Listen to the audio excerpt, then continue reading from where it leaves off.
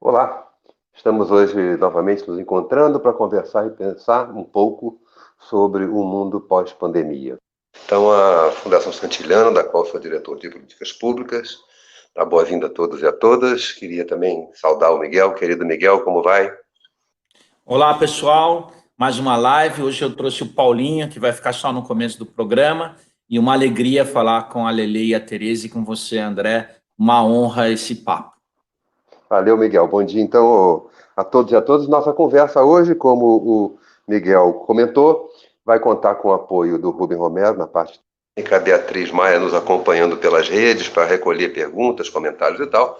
E temos a honra maravilhosa de receber hoje a Ana Helena Tanfelder, como Lele. Oi, Lele, tudo bem? Oi, André, como vai? Tudo bem? Para mim também é uma honra e uma alegria muito grande estar aqui com vocês hoje. Hoje o Sempec vai ensinar muita coisa boa para a gente. Vamos lá. E também vamos contar com a Tereza Pérez, que dirige o SEDAC, que tem tido uma contribuição à educação brasileira de muito tempo. Olá, Tereza.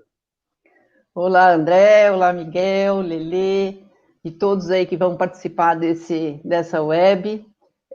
Bom, sempre é muito bom estar com vocês, porque já trabalhamos juntos e é sempre uma alegria a gente estar junto e poder ver se a gente contribui um pouco com o momento atual e pós.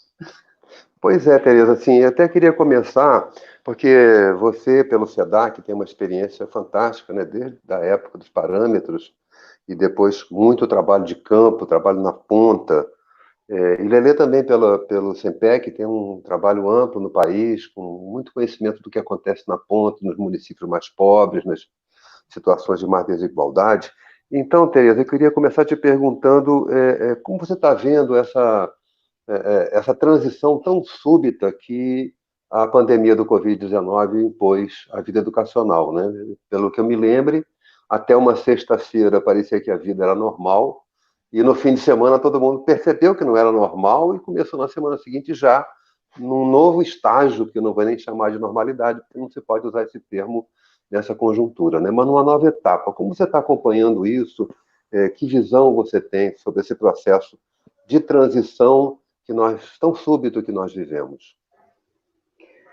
Olha, André, primeiro eu acho que eu queria comentar essa palavra normal, né? Porque acho que essa ruptura tão brusca que ocorreu explicitou para a gente que não tem nada de normal, né? A gente pode até falar de comum, de natural, mas a desigualdade é muito profunda, então explicitou isso de uma maneira gritante, né?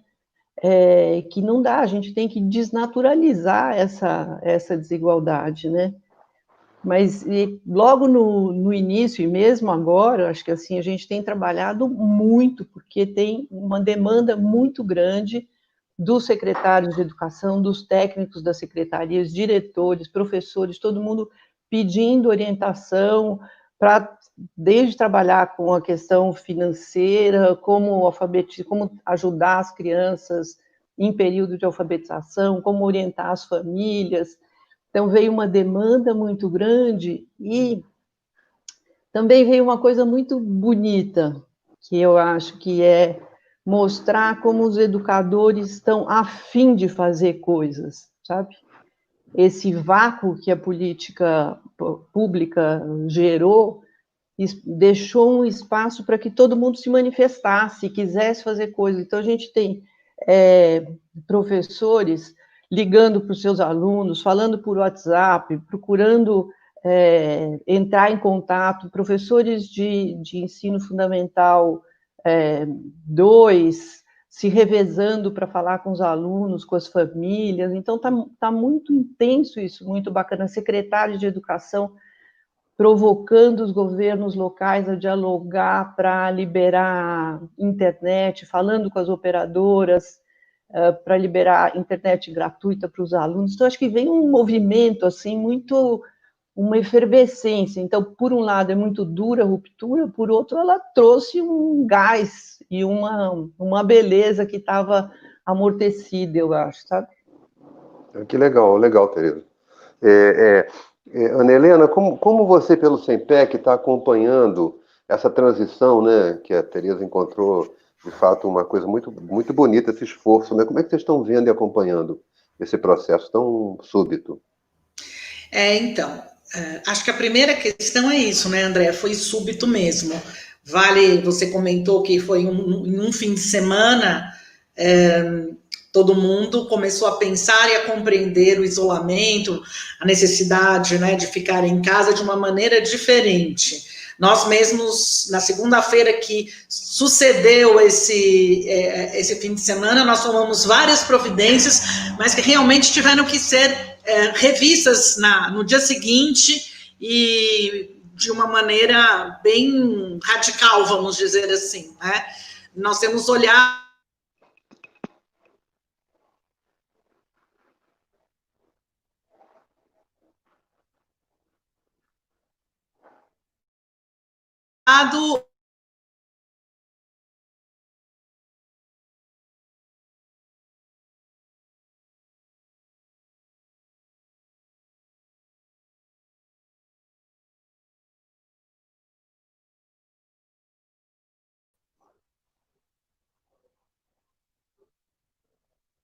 Alô? Acho que perdemos o contato. Alô? Alô? Alô, Rubem? Alô, Rubem? Alô, Rubem? Acho que isso foi só a Lele que travou. É só você mudar de pessoa, André.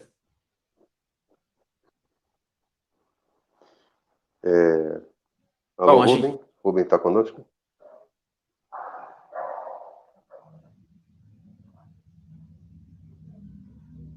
André, pode falar. Não, é porque eu estou procurando pelo Rubem, mas enfim. Então eu também senti falta aí da Tereza. Bom, então vamos nós, Miguel. Eu estou muito surpreso positivamente nesse ponto que a Tereza levantou, vendo o esforço dos professores que outro dia você havia comentado, né? Um esforço muito grande de se criar novas soluções, criar novas estratégias. Mas eu estou um pouco preocupado, Miguel, com uma expectativa excessivamente burocrática, a meu ver, né, de gerar matérias, e gerar avaliação, e gerar nota, e contar para as 800 horas, enfim. E eu estou entendendo que a gente devia priorizar a manutenção dos vínculos entre nós, os educadores, as escolas, os docentes, etc. Como você está acompanhando isso? Eu sei que você tem conversado com muitas pessoas, com muitos estudantes, inclusive, e você tem uma percepção mais da ponta. Como é que os estudantes estão vivendo isso, Miguel? Bom, a Lele estava falando, e a Tereza falou também, estava indo por esse caminho. Eu acho que esse momento foi um momento muito legal, por incrível que pareça, de criação de vínculo, né? Eu costumo brincar que a gente já estava em quarentena por conta desse hábito que a gente tem do celular, né? Da mania do celular, todo mundo olhando. Em reunião pedagógica, a gente chega antes, 15, 20 minutos, em vez da gente trocar ideias, contar sobre a netinha, a gente já mergulha aqui no celular, e todos nós somos assim. E esse momento, as pessoas estão muito necessitadas de touch, de toque, né, de emoção, né? E porque estamos emocionados. E essa conexão muito rápida que a gente viu agora, dos professores tentando entregar de qualquer maneira os conteúdos, primeiro é maravilhosa, né? Depois, a questão do conteúdo que você fala, né? Nós somos tributários de uma tradição de conteúdo, que o Paulinho Freire fala aqui de educação bancária, né? De tuchar conteúdo, né? Então, acho que a gente ainda não tem um currículo novo para esse modelo, que deveria ser um outro currículo, e um currículo que eu acho que tem que sair da cognição que a gente tem trabalhado predominante. A gente está vendo uma série de profissionais de altíssima qualidade, cientistas até, médicos, que fazem um discurso que às vezes assusta um pouco, que foge um pouco da compreensão científica e às vezes foge até da conexão humana, né? Tecnicista. Então, eu acho que essa vontade que a gente está agora de conversar, de se abraçar, de rir, deve vir para a escola, e a escola deve balancear esse modelo cognitivo com um modelo do virtuoso, da virtuosidade, da ética, do bem comum. Acho que a gente abandonou um pouco essas questões na escola e agora, por contradição, e vendo o perigo, essa vida se esvaindo, que a gente está apavorado com isso, a gente fala, a vida é maior do que a técnica, a vida é maior do que só o conhecimento. E nessa transição que a gente está vendo tão fraterna, ainda a gente, lógico, está carregando em conteúdo, mas a gente vai encontrar novas linguagens e novas didáticas que aflorem o virtuoso, aflorem a ética, né? Que é o que é mais importante agora nesse momento.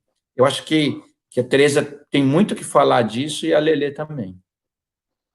Elas estão em contato conosco? Eu acho que houve um problema de conexão aí. Bom, a gente vai falar. A Tereza está aí. Oi, Tereza. Oi, Enquanto a Lelê entra, eu vou falando. Tá, Lelê está aí Lelê. já. Lelê, desculpe que caiu aí, eu não consegui acompanhar até o fim. Vai, Tereza, vai.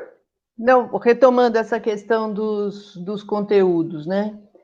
É uma chatice dar um monte de lição para ficar fazendo em casa e querer que os estudantes, as estudantes fiquem sentados às 4 horas fazendo lição, né?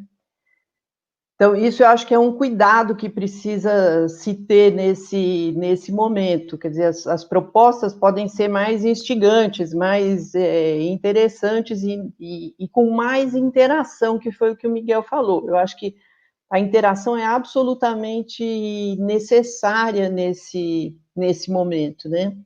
Mas ontem comecei a fazer um exercício de olhar as competências, as 10 competências da base, e pensar o que está sendo aprendido, o que tem como potencial ser desenvolvido em casa, em torno dessas competências, né? Aí fui uma por uma. Deixa a Lelê falar, depois a gente retoma isso daí. Eu posso listar um pouco as ações, é muito legal. As crianças estão aprendendo um monte de coisa e podem aprender um monte de coisa, né? Independente dos conteúdos, das habilidades mais específicas.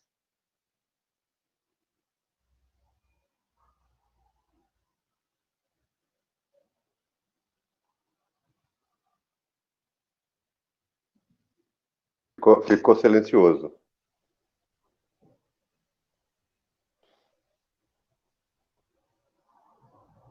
Tereza, então, esse era um dos temas que a gente tem se preocupado, é pensar como a Base Nacional Curricular Comum pode ser um instrumento que auxilie esse momento, né? Uma vez que ela está preocupada em desenvolver habilidades e competências, e isso pode ser transcendente às condições específicas de conteúdo, e, de alguma maneira, isso se aplica ao cotidiano. Esse seu trabalho de exploração te levou até onde, Tereza?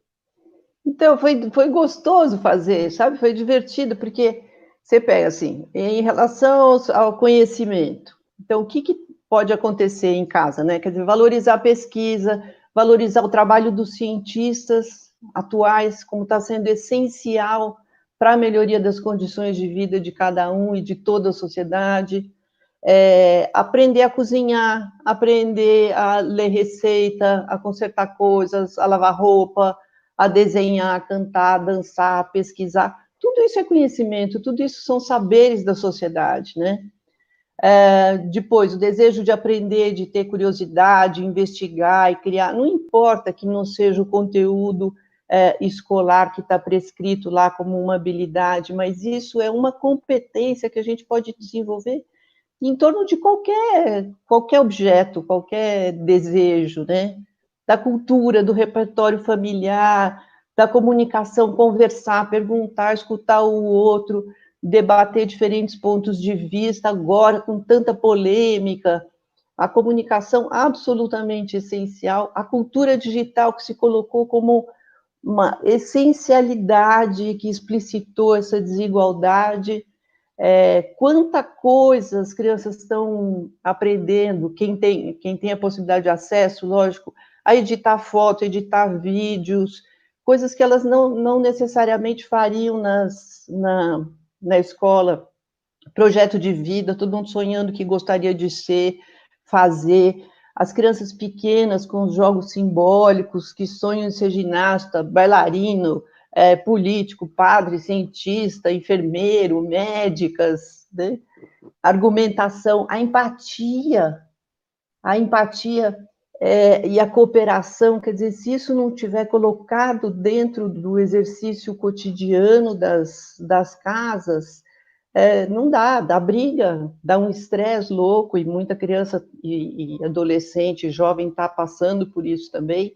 Então, o papel da escola é de ajudar nesse trabalho, de ser mais empático, de colocar óculos humanizadores, ao olhar para o outro, para ter uma convivência mais harmônica, né?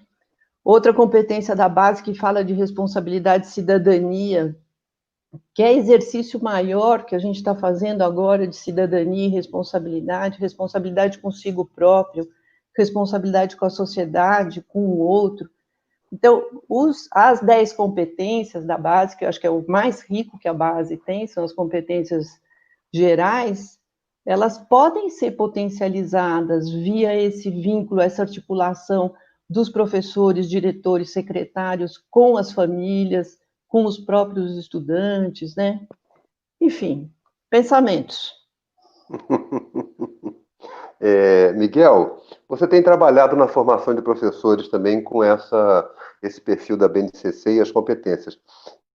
Que sugestão nós podemos dar aos nossos colegas professores que estão agora criativamente buscando soluções e eles sabem que não conseguem alcançar todos os estudantes, né, dada a nossa desigualdade tão estrutural, tão forte, né? Mas mesmo assim eles não se detiveram e prosseguem. Que sugestões você daria para os nossos professores? Bom, sempre você não está vendo aí, mas eu consigo ver tanta gente entrando aqui perguntando. Tem até uma vizinha aqui, a Luciomar de Souza, aqui do colégio aqui do lado do Jaguaré.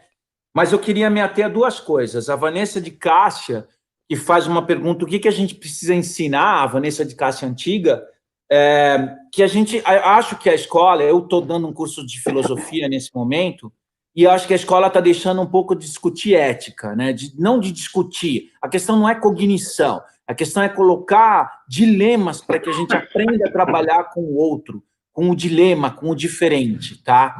Então, é importante trazer, nos PCNs tinha uma divisão de conteúdo em conteúdo conceitual, procedimental e atitudinal. O atitudinal não pode entrar como um currículo oculto, tem que entrar como planejamento mesmo, né? Discutir valores ou vivenciar valores. E a Carla Oliveira, ela estava surpresa, e as crianças de 2, de 4 anos? Carla, o PCN tem os campos de... A BNCC tem os campos de experiência, que é para a gente trabalhar os sentidos, para que a gente trabalhar o brincar. Então, é evidente que há um limite no trabalho, no ensino online, principalmente na educação infantil. Há muitos aspectos que são fundamentais do relacionamento. Mas a gente, na BNCC, a gente tem uma baita orientação dos campos de experiência e dos direitos da criança. Não necessariamente ligadas à cognição, mas à noção e à experiência, tá? Então, essas orientações que, às vezes, a gente consiga dar dentro de um trabalho escolar. E aí, que agora já não é mais escolar, é uma fusão de tudo, porque a gente está trabalhando remotamente. E só lembrando que é evidente que nada substitui o trabalho presencial, é evidente, mas nós podemos aprender a usar o online como alternativa e como suporte. Por quê? Porque nós já vivemos uma vida online. O WhatsApp, o Facebook, o mesmo streaming, que é a televisão que chega na nossa casa, que é via internet, né? Também pode servir de apoio. Então, ninguém aqui quer trazer uma panaceia ao online. Nesse momento, é uma forma da gente trabalhar, porque tem sido a única. Porque a gente tem que ficar em casa, e é o que eu falei da última vez, numa live aqui. A coisa mais importante agora é a gente garantir a vida das pessoas, né? Por isso, a gente tem que ficar em casa. Mas, para as criancinhas, se a gente puder orientar os professores a lerem a BNCC no que se refere aos campos de experiência e ao direito da criança, ali tem muitas orientações que vêm de Reggio Emília, que vêm dos educadores que já trabalham com educação infantil. É limitado, mas é paliativo e é o possível para ser feito agora. Então, não pensem que a gente acha que há uma solução online, que é o EAD. Mesmo o EAD não é a solução. A gente vai ter que desenvolver uma nova linguagem, André. Eu lembro, Miguel, outro dia, a conversa que tivemos, você chamava atenção para isso. A gente tem que ter hoje uma compaixão, foi a palavra que você usou, no sentido da gente sentir junto, né, ser solidário com o sentimento de todos que estão buscando soluções para esse momento. Não há nada pronto, não há nada acabado e não há nada seguro no sentido de que esteja já experimentado e feito. Só lembrar para quem está nos acompanhando, né, que a educação à distância, que o Miguel comenta, é uma modalidade educacional altamente regulamentada em termos de hora, atividade, semipresencial, como funciona. E para funcionar a educação à distância, no sentido estrito do conceito, você tem um conjunto de exigências prévias. E como a gente conversava com a Tereza e com a Lelê, foi surpreendente a rapidez com que as decisões foram tomadas. Do fechamento das escolas, uma sábia decisão, uma correta decisão, uma decisão necessária, mas ela foi muito rápida. Então, nós estamos vendo agora esses esforços para procurar superar isso. E Miguel sublinha que a gente tem que ter clareza de que adotar hoje estratégias de educação remota, utilizando diferentes tecnologias, não significa que você esteja desconsiderando a dimensão presencial ou que você esteja imaginando que vai poder substituir uma coisa pela outra. Isso é hoje um paliativo e uma maneira de manter o vínculo dos educadores com seus estudantes, com as suas famílias, né? E essa vida escolar prosseguir. E eu queria lembrar que a Fundação Santillana, em parceria com o SEDAC, da Tereza Pérez, publicou um volume muito rico, que está disponível no nosso site, sobre a relação da família com a escola, que eu acho que é um dos pontos de tensão hoje, que a gente devia procurar nos aproximarmos mais e compreendermos melhor o potencial dessa relação escola-família. A Tereza está disponível, pode conversar conosco sobre essa relação família e escola, Tereza. Aquele teu trabalho é maravilhoso, o trabalho que você coordenou pelo SEDAC, sobre escola e família. Você pode nos orientar um pouco? O que você acha que, nesse período agora para frente, que nós temos de 3 meses, ainda de recolhimento aqui, né? Que relações você acha que a gente pode construir para aproximar a escola-família, para que o pós-pandemia seja mais agregador? Bom, foi bacana você tocar nesse ponto, porque eu acho que a relação com as famílias é absolutamente imprescindível no momento, futuramente, e no passado também já era fundamental, né? Tem um trabalho no município de Tremembé, absolutamente maravilhoso, que todo mundo pode entrar no site lá da Prefeitura, da Secretaria de Educação Municipal de Tremembé, que tem toda uma plataforma onde os pais interagem, as crianças interagem, todos os alunos, é fantástico o trabalho que eles têm lá com a família e como eles conseguiram encaminhar as ações já muito bem articuladas. Tem pouquíssimas crianças que não estão sem acesso e precisando receber impresso, né, as orientações, como os pais também. E aí, desde a educação infantil, orientando os pais ao que fazer, propostas de brincadeira, pautados no currículo, bem interessante mesmo, vale a pena. Bom, e puxando a questão do livro, eu peguei o livro, é esse livro aqui, pessoal, aqui, Diálogo Escola-Família, e ele tem várias possibilidades, tem discussão um pouco teórica, mas tem muitas sugestões de atividade, até filmes, como assistir filme junto e discutir, tem como preparar a aprendizagem do diálogo, que é muito difícil também, tem várias sugestões de trabalho. É um livro que tem para download, fácil de todo mundo entrar e buscar lá informações. Agora, a relação família, comunidade e escola vai mudar. Eu acho que com com essa ruptura que deu com a pandemia, acho que a gente vai precisar rever muito e aprofundar essa relação escola. E aí acho que a Lelê também tem muito a falar sobre isso, do trabalho de interação com a cidade, com a comunidade, né, com o território. Lelê, eu queria então pedir a você que comente um pouco. O SEMPEC tem um trabalho muito bom, muito forte em São Miguel Paulista, com muita proximidade com as famílias. Então, se você pudesse nos contar um pouco como vocês estão percebendo essa relação escola-família de uma região tão pobre como São Miguel Paulista, que, ao mesmo tempo, tão mobilizada para enfrentar seus desafios. Eu acho que, conforme vocês estavam debatendo, a mudança foi rápida e nós tivemos, todos nós, professores, gestores, secretários de educação, educadores, de pensar em alternativas, em estratégias e tudo muito rápido, tudo muito novo, né? Então, assim, a educação à distância, ela já existe, é uma modalidade, como o André bem lembrou, bastante regulamentada, mesmo as estratégias, os recursos digitais, né, eles vinham sendo usados, mas, de repente, secretários de educação foram mobilizados a articular e organizar essas ações numa estratégia para garantir aprendizagem para as crianças. Os professores tiveram que aprender, às vezes, a manusear a tecnologia, a usar a tecnologia. E tudo isso é muito novo. Da mesma maneira, as famílias tiveram que aprender, né, a incluir no seu dia a dia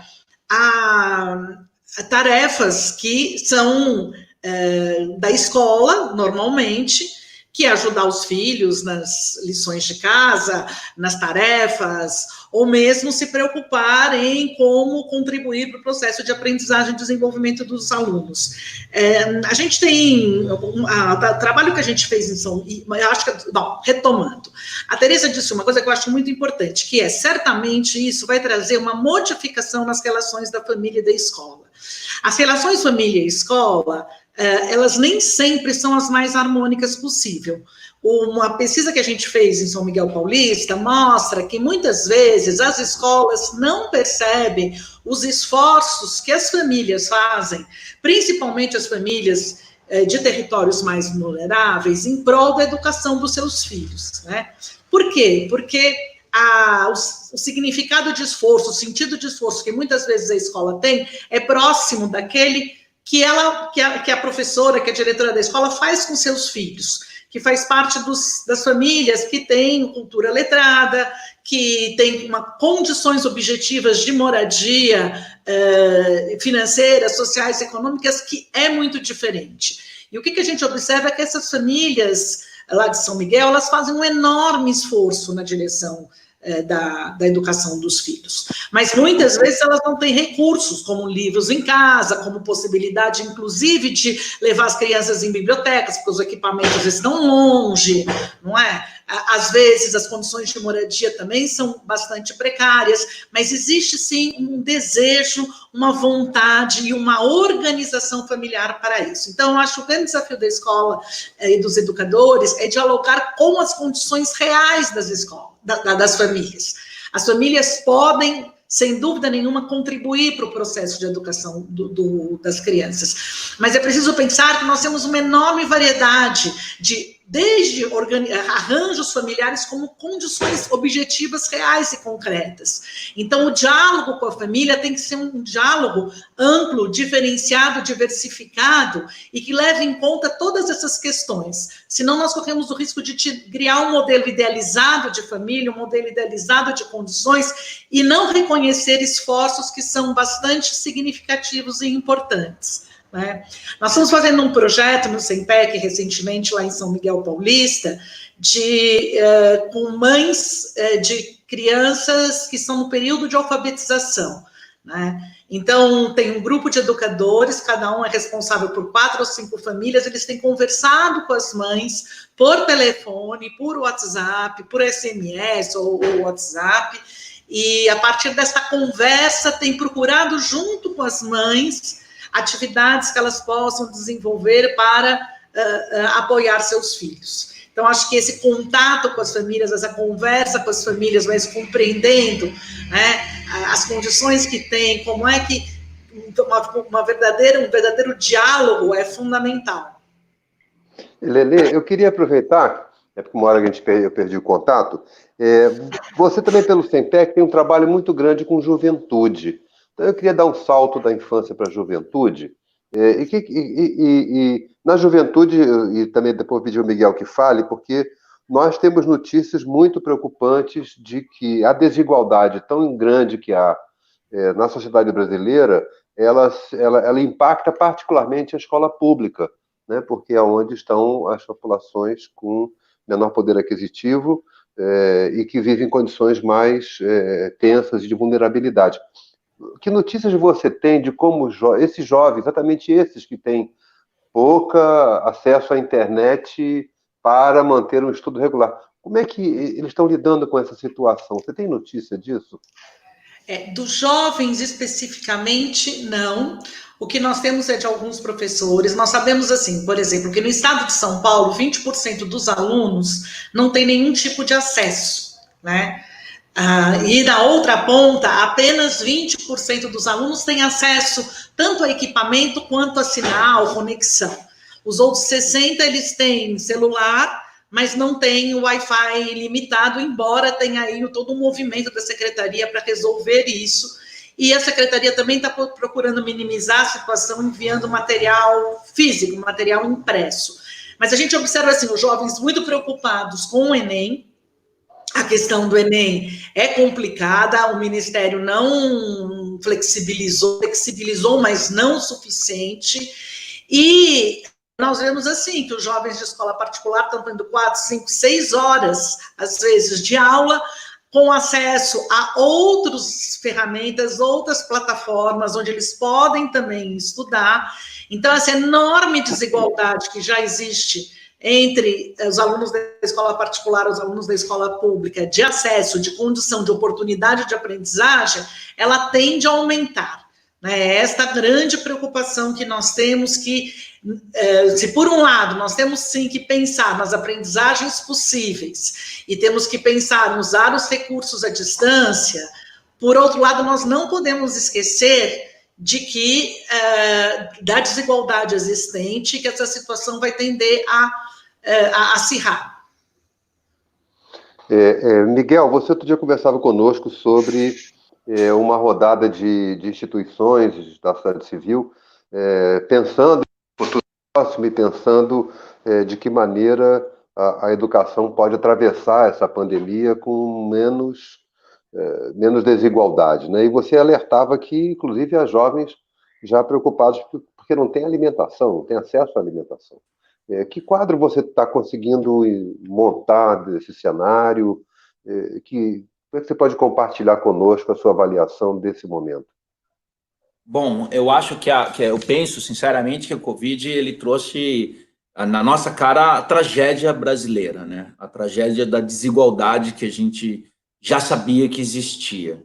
E essa tragédia vai se intensificar por conta das condições de moradia, e isso é uma questão que vai aparecer cada vez mais, e acho que a classe média, a classe rica, tem que perceber que a gente precisa distribuir não só porque a gente tem um problema distributivo, e agora a gente está vendo distribuição de conhecimento, por exemplo. A gente não está conseguindo acessar os jovens. O Ricardo Falzetta está falando, temos que pedir para que as operadoras abram os sinais, os pacotes para toda a família, para todo mundo receber esse conhecimento. E nessa conversa com os meninos, duas coisas, assim, a gente conversou com meninos do terceiro ano de ensino médio, de escola pública e escola privada, num debate online que fizemos. E é gritante a diferença, você já falou, o menino da escola privada, da melhor escola privada, está lá, estudando, ele está se esforçando e está estudando, né? O menino da escola pública, a liderança de um dos grêmios que nós conversamos, disseram, nossos amigos já estão passando fome. Nossos amigos de terceiro ano de ensino médio já estão passando fome. E mais, muitos deles já desistiram do Enem. Já desistiram, simplesmente não tem mais esperança. Então, eu tenho uma moça que está falando muito, a Carla, preocupada com a questão, a gente também está preocupado, mas tem uma situação que a gente não consegue resolver. Algumas a gente pode pressionar, como o Falzetta está falando, tem que chegar os pacotes de dados de graça. Então, o problema da distribuição no Brasil, ela não é só de monetária, econômica. O cara é terraplanista porque não chegou o conhecimento à família. A ciência, muitas vezes, é para o rico, não é para o pobre. Você está doente, você vai no ar, você pode até ser salvo. Mas se você está dependendo do setor público, muitas vezes, por estar lotado, você não vai receber a ciência e você não vai acreditar. Você vai acreditar no político populista, você vai acreditar em algum tipo de crendice, porque a ciência não chegou a você. Então, esse jovem nos contava exatamente isso. Olha, primeiro que eles não estão acessando o conhecimento, porque eles não têm as conexões de internet. E a gente vai ter que pensar à luz do futuro. Tem esse problema agora que é salvar as vidas, mas a gente tem que falar assim, tem que ter o 5G. Essa tecnologia que eu estou falando parece uma coisa, mas é o 5G que vai distribuir para todo o Brasil, até para o norte do país, o sinal da internet. Então, há questões de infraestrutura que a gente não tem dado conta. E muitas vezes o agente político, da política pública, não o técnico, mas o político que destina o dinheiro, ele não tem conhecimento, então ele manda um monte de computador para a escola, e às vezes não tem técnico, nunca vai abrir, e às vezes não é computador, é conexão que precisa. Então, eu entendo o desespero da gente falar, pô, a gente não está conseguindo chegar às pessoas. Quem está vendo essa live aqui tem conexões, tem internet. Quem não tem, o professor da escola pública ou das regiões que não acessam, não está vendo. E esse é um problema que a gente vai ter que resolver pós-corona. A gente vai ter que começar a discutir acesso para todos, assim como a eletricidade, né? Só para terminar, André, a luz para todos, a gente vai ter que ter internet para todos. Não, super legal, Miguel. Inclusive, lembrar que nós mesmos, que estamos na área urbana, temos acesso, hora volta e meia cai, volta e meia você tem fragilidades no acesso à internet. Então, também não é panaceia. E eu queria pedir a Tereza pelo SEDAC, tem um trabalho muito importante em regiões mais remotas do Brasil, fora das grandes cidades, municípios menores. Eu queria pedir a Tereza que comente um pouco conosco que notícias ela tem da área do campo, né? Isso, Tereza, coisa que me preocupa muito, porque no campo, e olha que a noção do campo no Brasil é uma noção muito questionável, porque municípios com grande área rural são tratados como urbanos, mas disse que hoje 15% da população brasileira ela é rural. Na educação do campo estão 11% das matrículas, o que já é uma população muito grande se você considerar que nós estamos falando de 48 milhões, 11% são quase 5 milhões de matrículas no campo. Que notícias você tem, Tereza, de como a área mais distante dos grandes centros está lidando com esses desafios da conectividade e do isolamento? Então, isso já é uma situação crônica, né? Porque já tem dificuldade normalmente. Agora, a demanda das secretarias ainda é muito maior, porque a ausência de internet no campo também tem feito com que as secretarias tenham que levar esses materiais impressos até lá. E o WhatsApp é o que resolve, o que tem favorecido muito é a conexão via WhatsApp para trocar informação, até mesmo enviar arquivos, enfim, quando é possível, né? Mas, de novo, André, o que eu acho que essa pandemia gerou é jogar na nossa cara mesmo a necessidade que a gente tem de rever. Não é só a questão da internet. A internet é essencial, lógico, acho que a gente tem que repensar essa questão da educação à distância, como que a gente vai fazer isso, mas a gente precisa rever o tempo na escola, o calendário, a arquitetura da escola, as propostas que são feitas, a necessidade de uma reorganização curricular. Então, eu acho que, assim, o momento atual, acho que a gente poderia aproveitar, não esperar passar para ter a volta às aulas, né? Eu acho que o momento atual já é da gente planejar eu digo que uma reviravolta à escola, não uma volta à escola, sabe? Eu acho que essa reviravolta, ela é necessária e almejada por todo mundo. E para isso a gente precisa escutar escutar muito, escutar os educadores, escutar os professores, as crianças, os adolescentes, os jovens, as famílias, colocar, porque a gente está errando, e se a gente errou tanto tempo, tem gente que sabe, que está lá, tem muita coisa para nos dizer, sabe? Então, como que a gente ajuda esse diálogo, essa escuta, para que a gente possa fazer planos mais efetivos, que sensibilizem mais, que emocionem, que tenham vontade de aprender, sabe, que eu tenha curiosidade, que a escola seja um espaço mais alegre, mais salas de aula fechadinhas, não dá mais. Tereza, eu vou aproveitar que estamos em cena. Olha só, nós temos 2 documentos, pelo menos 2 fundamentais, né? O Plano Nacional de Educação, que vale até 2024, e a BNCC. Então, nós diríamos que, em termos de orientações de política pública, há documentos, né? Nós não estamos num vazio de orientações, há documentos. Mas entre a existência do documento e a sua tradução para o cotidiano, há muitas etapas a vencer. Como você imagina que esses documentos e as etapas sucessivas a eles podem nos ajudar a alcançar esse diálogo de que você fala? Como a gente constrói esse diálogo? Acho que a primeira é colocar... a gente não tem um sistema nacional de educação, né? A saúde hoje, se não tivesse o SUS, o país estaria perdido, né?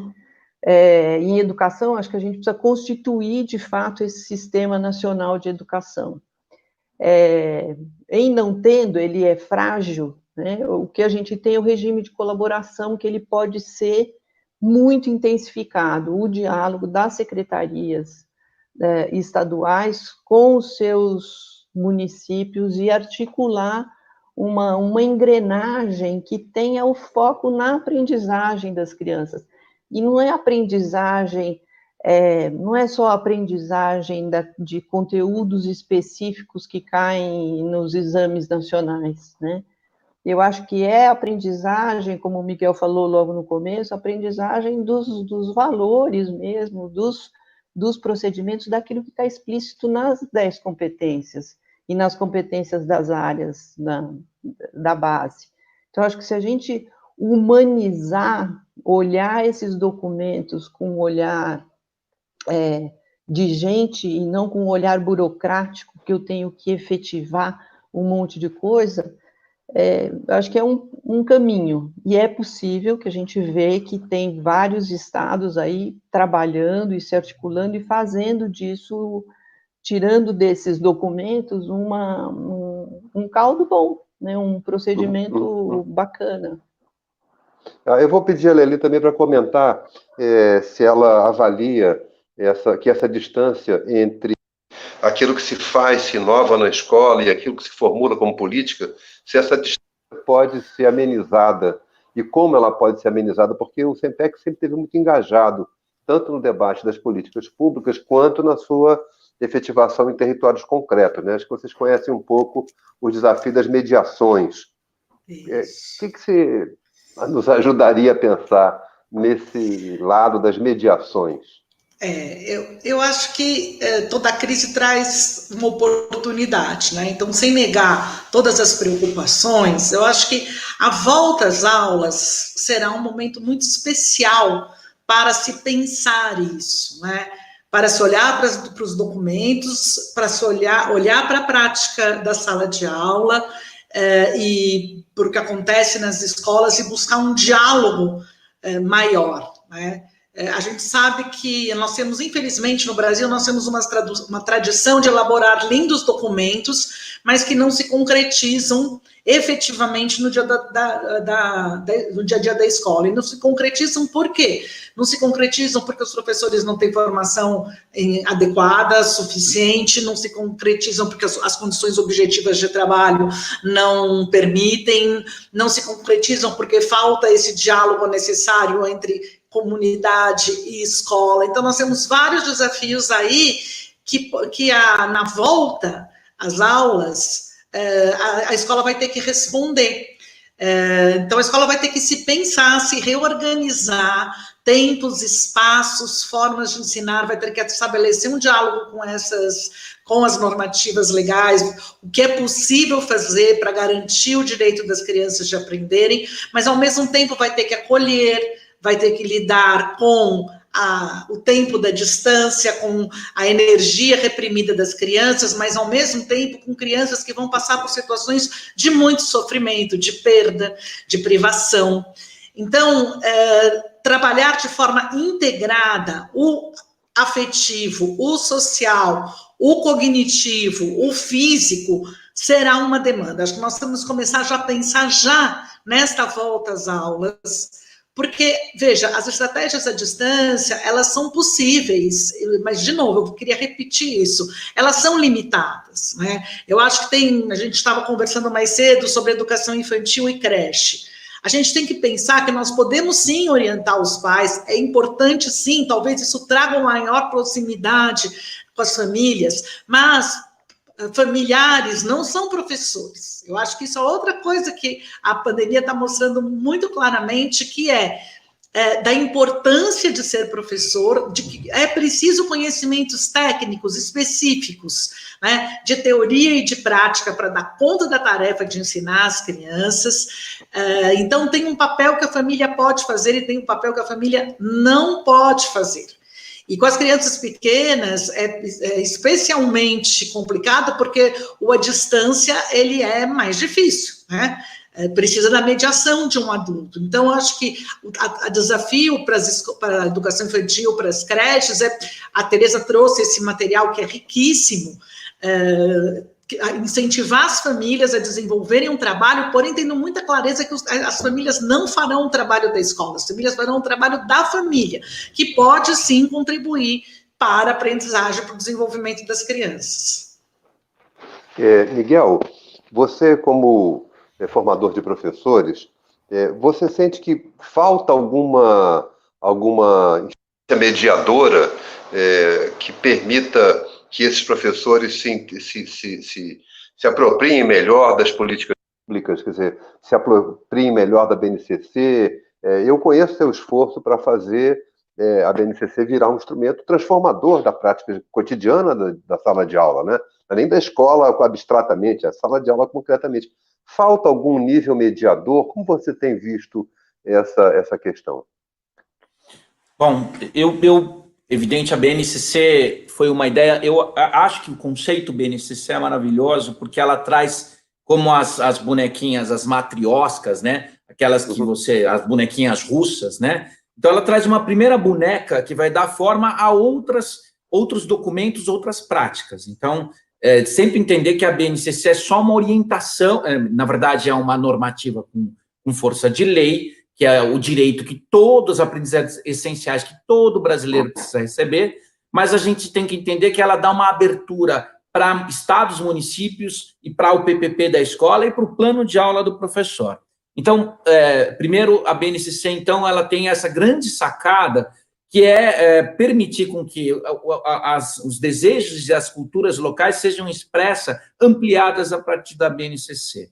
O que eu sinto é que muitas vezes a gente não conhece os documentos. A Lelê falou dessa nossa prática jurídica, de leis legais, leis bacanas que são feitas, e a gente, no Brasil, que existe isso, essa lei não pega, né? A BNCC, mais do que os PCNs, conseguiu um espalhamento maravilhoso, né? E o que eu sugiro sempre é que a gente leia os documentos e atue politicamente. O professor tem a questão política do professor não pode ser abandonada. Muitas vezes, o que me preocupa muito nos discursos constantes, agora, ensino híbrido, tudo é muito da didática. É ótimo que a gente tenha esse domínio da técnica, mas a nossa ação é política. E quando a gente fala em território, que a Lelê falou, acho que tem um professor, Roberto Freitas, ele fala aqui, mas muitas vezes não se leva em consideração as necessidades locais. E é verdade, né? A gente também, às vezes as políticas são centralizadas, né? As redes centralizam, traz um grande palestrante, mas não é esse palestrante que São Miguel Paulista precisa. Então, acho que trabalhar dialeticamente entre uma orientação central e um desejo local, é o que o Brasil precisa fazer. E aprender, nessa questão da formação dos professores, eu acho que também as escolas formam um pouco em relação a essa concepção política. Os cursos de PIBID, ou de PIBID não, de POEB, os cursos que falam da política nacional, são muito chatos, são os cursos mais chatos que tem. Desculpe, professores dessa prática. E a gente não forma um professor vinculado ao território, às leituras dos documentos, à interferência nesses documentos. Então, nesse processo de formação do professor, eu sou muito Antônio Gramsci. A gente tem que ter uma função intelectual orgânica de ouvir e ajudar a sociedade, tá? E aí alguém fez uma pergunta, o pessoal da bancada da educação fala da questão da precarização do professor, da flexibilização desse mundo do trabalho. E essa flexibilização me parece um caminho sem volta. A gente vai ter que criar uma força entre o professorado para, de alguma forma, garantir direitos mínimos do grupo. Então, esse espírito de corpo de professor também, a gente tem que mudar, porque lá em casa você escuta, às vezes, lá em casa não, muito professor que quando pergunta para ele, o teu filho vai ser professor, ele fala, Deus me livre, pelo amor de Deus, não dá para ser assim, é uma profissão maravilhosa, o que a gente tem que é melhorar ela política e econômica e tecnicamente. E acho que a BNCC, de alguma forma, com os regimes de colaboração e tudo, traz um embrião, a gente pode até questionar a BNCC em muito do seu conteúdo, mas, essencialmente, ela está trazendo uma orientação bacana e uma flexibilidade para que os territórios também contribuam com o projeto educativo. Amigos, temos mais 8 minutos e pouco de conversa, que termina daqui a pouquinho. Então, eu vou pedir para vocês dar uma rodada de uns 3 minutos, né, para a Tereza, Lele, depois o Miguel, e vou colocar uma pergunta que já foi comentada aqui, mas ela tem me inquietado bastante. Qual é o normal para o qual podemos voltar na educação brasileira e qual é a nova normalidade para a qual temos que trabalhar? Tereza, o que você pensa sobre isso? Me pegou agora, hein, André? Eu acho que a gente deve voltar para a questão da interação e valorizar muito isso na escola, mudando, inclusive, as propostas pedagógicas para que possa haver interação entre todos os atores, né? Trabalho mais parceiro entre professores, coordenadores, diretores, professores, alunos, entre alunos. Acho que a gente pode quebrar algumas regras, né? Isso de ter uma organização tão cronológica, isso me incomoda bastante. Enfim, acho que a gente pode reinventar a escola, mas o que seria do normal seria essa interação, o desejo de interagir, de estar junto, que eu acho que é o valor máximo que a gente tem, junto com o conhecimento, né? O papel da escola. Agora me perdi um pouco, André, como que você colocou a questão? E qual o novo normal desejado e qual normal nós não queremos que seja normal, né? Que volte a se tornar normal.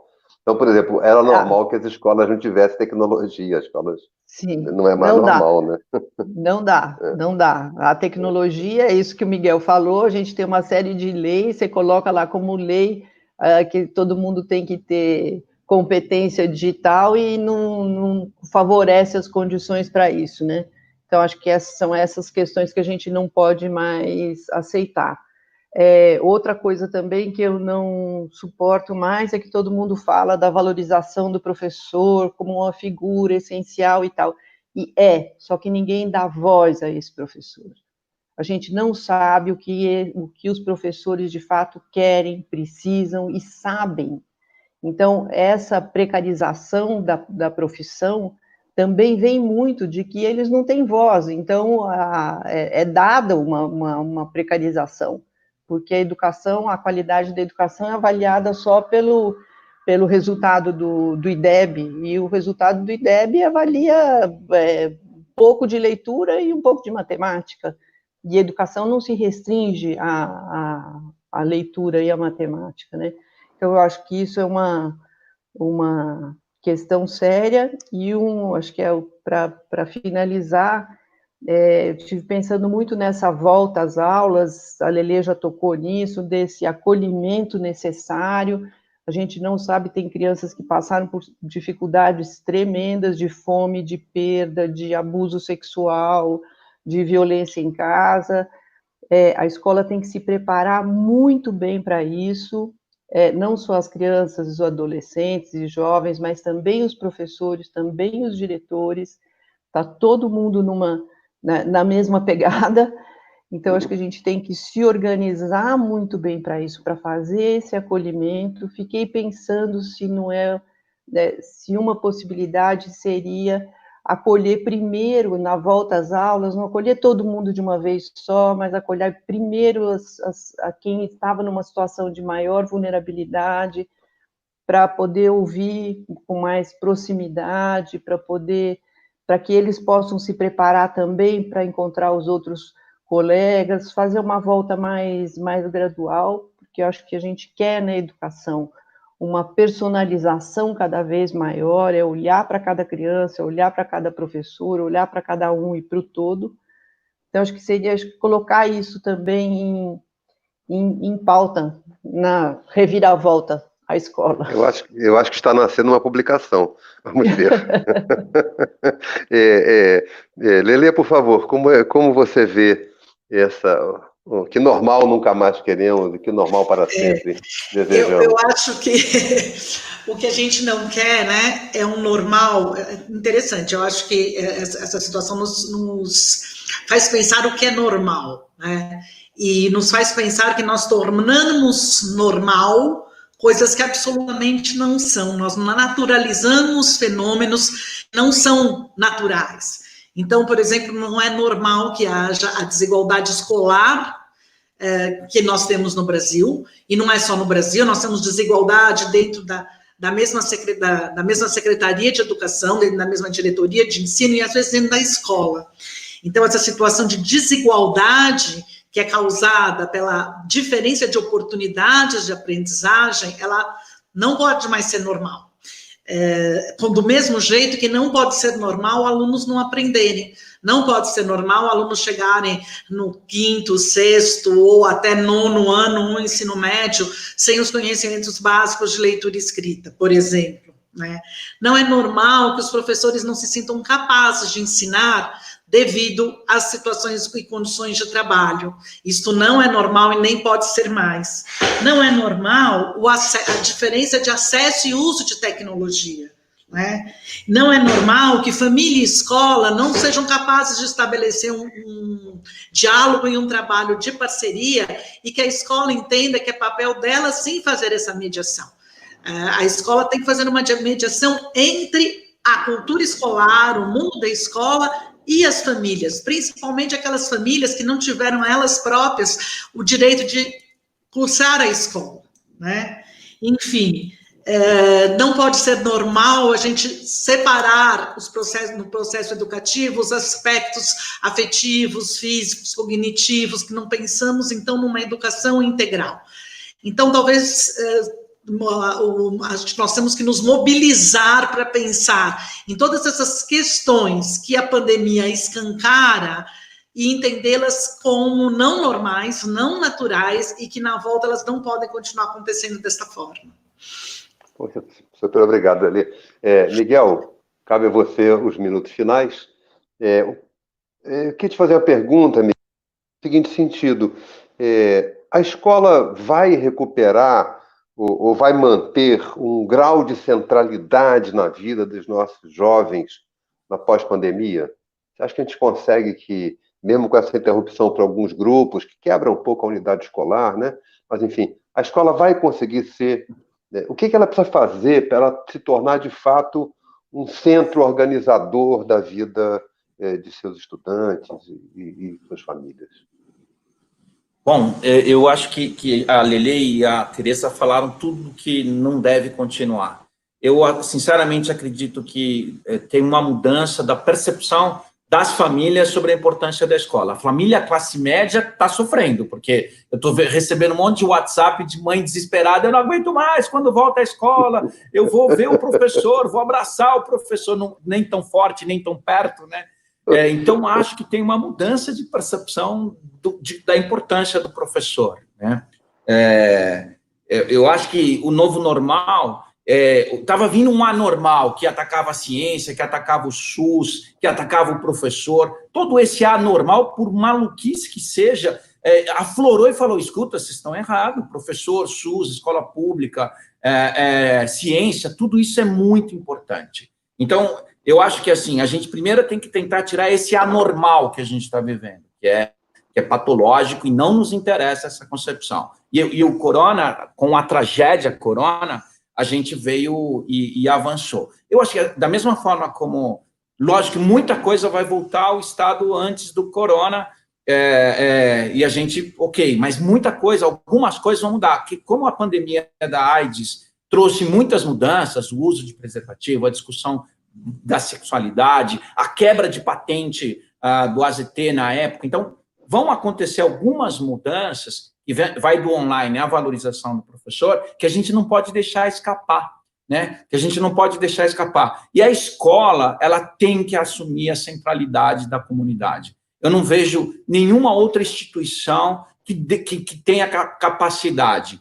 E a gente também, para terminar, tem que parar com a polarização. Tanto liberais, o pessoal da direita, como o pessoal da esquerda, tem na escola pública, originariamente, o grande caminho de uma nação. Por incrível que pareça, que o liberal autêntico acha que é na escola pública que a gente vai conseguir dar condições para que todos tenham seu mérito. Então, a gente tem que parar com essa polarização de achar que algumas coisas são de comunista, outras coisas são de direitista. O novo normal, que eu sonho, é que a gente diminua a polarização, os democratas consigam sentar e tenham na escola pública uma liderança para a transformação da comunidade, do território e da nação.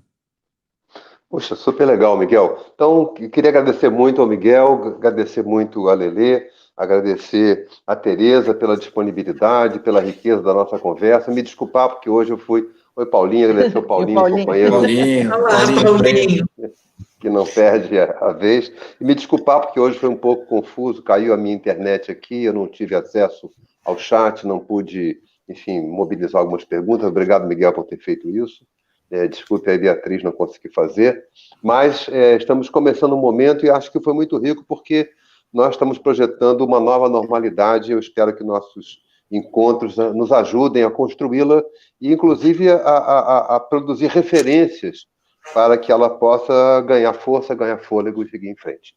Então, muito obrigado a todos. Nós já temos uma nova conversa marcada para o dia 28, que é o Dia da Educação.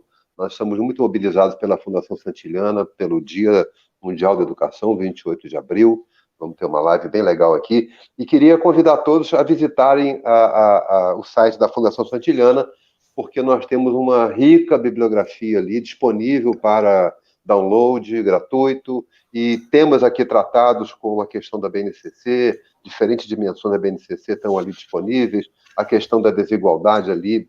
O CENPEC publicou um volume muito importante sobre a questão do ensino médio integral e as desigualdades que ele pode vir a promover, levando em conta o que se conhece. Enfim, há muito conhecimento em educação, há muito compromisso dos educadores, e nós vamos vencer e atravessar. Obrigado a todos e tenham um bom dia de trabalho todos os dias, com paciência e recolhimento.